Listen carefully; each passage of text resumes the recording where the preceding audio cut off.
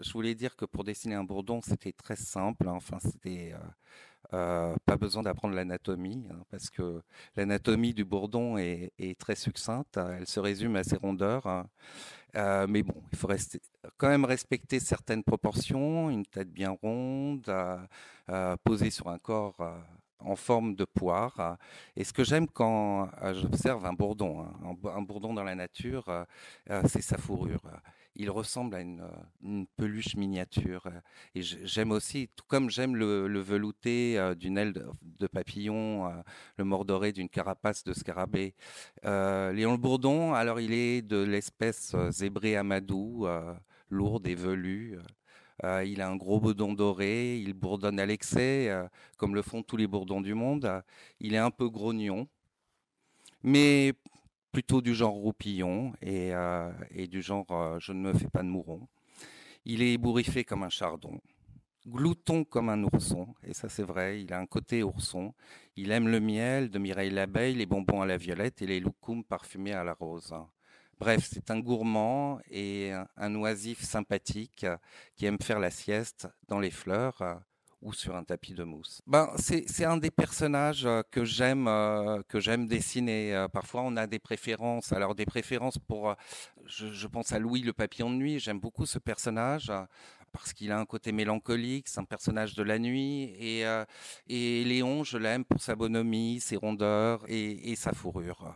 De toute façon, pour moi, ce qui est important, c'est de dessiner. Et évidemment, les drôles de petites bêtes, je pensais pas que ça allait être une aventure aussi longue, hein, mais je me sens, enfin, comme on est dans l'imaginaire, le sujet ne s'épuise pas, il est infini. Et donc, j'ai encore beaucoup d'albums à faire, beaucoup d'images à faire, beaucoup d'histoires à trouver, et je ne me sens pas prisonnier d'un univers. Et je me sens très libre d'ailleurs par rapport à ça. C'est-à-dire que mes images ont évolué, mon écriture a évolué. Enfin, j'ai l'habitude de dire que j'ai grandi avec mes livres. Je travaille en général, bon, enfin, de manière enfin traditionnelle. Je travaille pas sur palette graphique, je dessine. Je fais des crayonnés assez rapides. Bien souvent, quand je décide de consacrer un album à un personnage, je le dessine. J'ai besoin d'avoir ce support dessin pour commencer une histoire et développer une histoire autour d'un personnage. Et donc, je travaille avec des crayons à papier, des crayons de couleur, et je fais une multitude de petits dessins. Après, je me consacre à mes illustrations, donc je fais un découpage de mon texte et je me consacre à mes illustrations.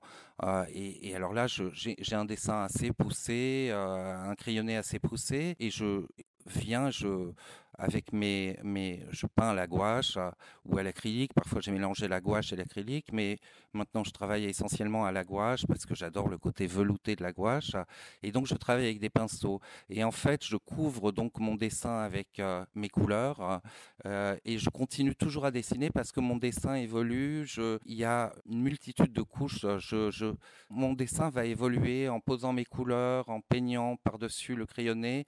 Et parfois, il y a un écart assez considérable entre le crayonné d'origine et l'image peinte et le résultat, enfin l'image terminée.